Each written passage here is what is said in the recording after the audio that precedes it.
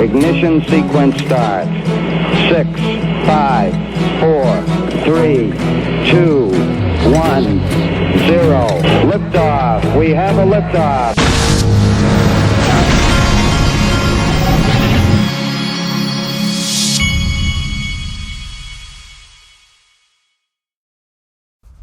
Hey everybody, this is the Digital Asset Investor. Before we get going, I'm going to remind you, because there's only, let's see, today's December 15th.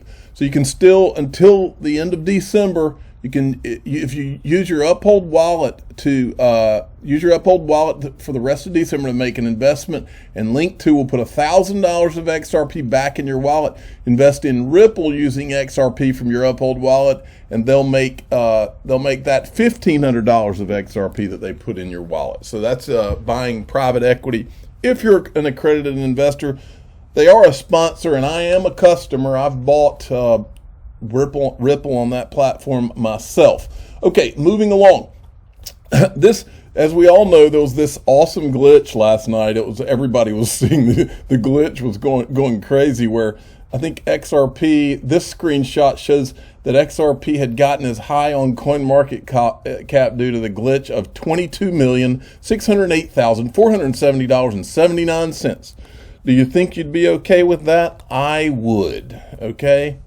In fact, in that scenario, I would just go buy Jackson Hole, the whole town, and all the real estate in it. How about that? It says, hello, XRP price set incoming. Now, they did on ProCoin News, they did a write-up on this. If you want to go read all about what happened with the glitch, they did a write-up on this, and you can go at ProCoin News. Give them a follow. That's one of my favorite crypto news sites. They also put this up today.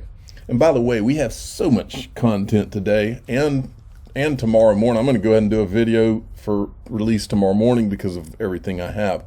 286 million XRP shifted by Ripple and top exchanges. The largest lump sum transferred carried a staggering 100 million moved by leading South Korean exchange BitHum between its internal wallets.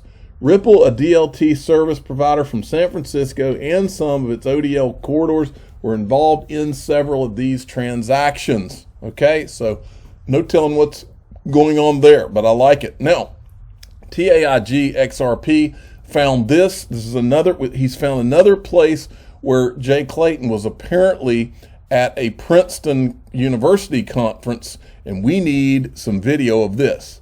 He says, we need this video of Jay Clayton speaking at Princeton University.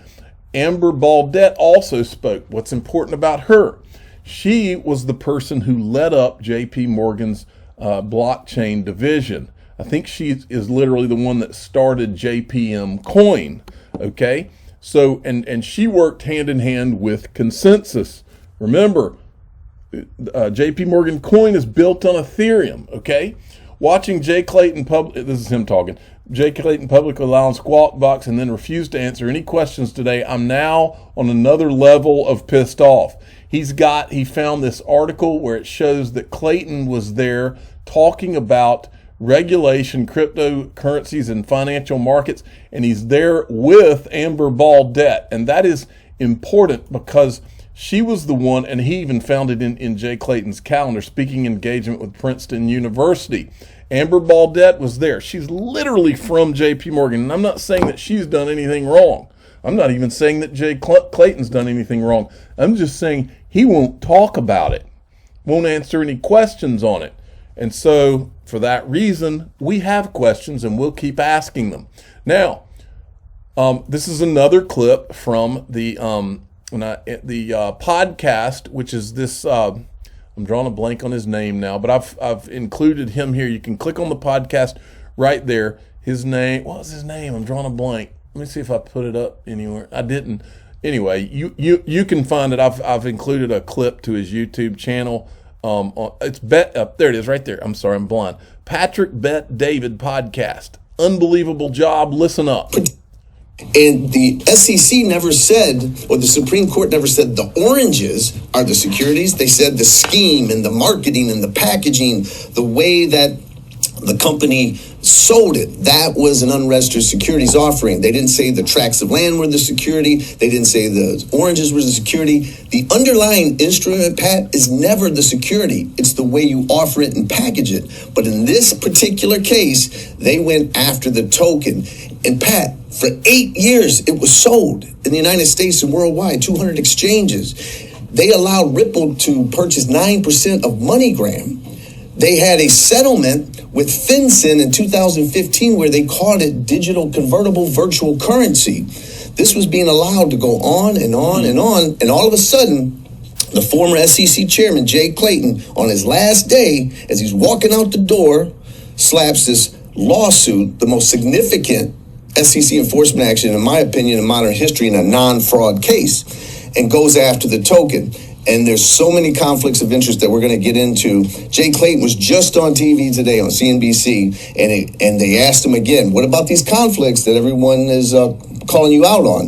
And he's like, I'm not going to talk about it. Because exactly, he can't talk about it. Now, earlier today, before John Deaton was on that show, I was going back. This was from the like a Texas Bitcoin conference recently, or a Texas crypto conference. And this is important because, and this is not, look, I'm not weighing in Democrat, Republican. That's not what this is.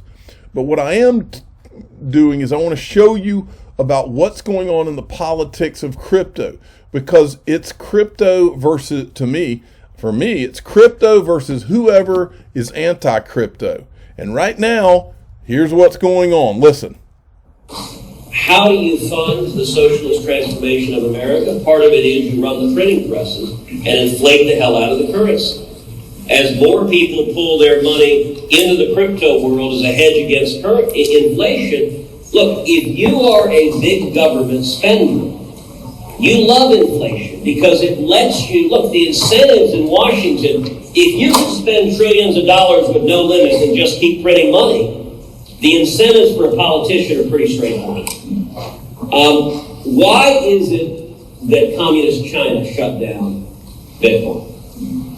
For the same reasons. They don't like the freedom. They don't like the privacy. They don't like that it is outside of government control. The reality, listen, Elizabeth Warren is leading the charge against Bitcoin. And by the way, there are a couple of decisions you want to make. One, being in a state like Texas that is friendly to innovation in Bitcoin. But two, nationally, national regulation can have a crushing impact. How many people here remember Napster? Remember Napster? And look, Sean Parker was doing great, making a ton of money, and boom, the recording industry came in, filed a lawsuit, and it disappeared. The banks don't like it. And that's why the Treasury Department doesn't like it. And that's why Democrats don't like it. That dynamic is real and fundamental. I think there. Now, I want you to now listen to this Patrick. I'm going to keep drawing a blank on his name, so I'm going to look at it again. Patrick Bet David. It's a cool name. Now I want you to hear this, because this guy hit it. He hit the nail exactly on the head, folks. This crypto social media, this has become a political party now. And the interesting thing is that it's not Democrat or Republican. I think we're all kind of pissed off at both sides. What it is it's a freedom movement. And we all we want is a way out of this disaster that these politicians have created for all of us. That's all this has really ever been about for all of us, isn't it? We wanted a way out of this money printing freaking mess that they created for us.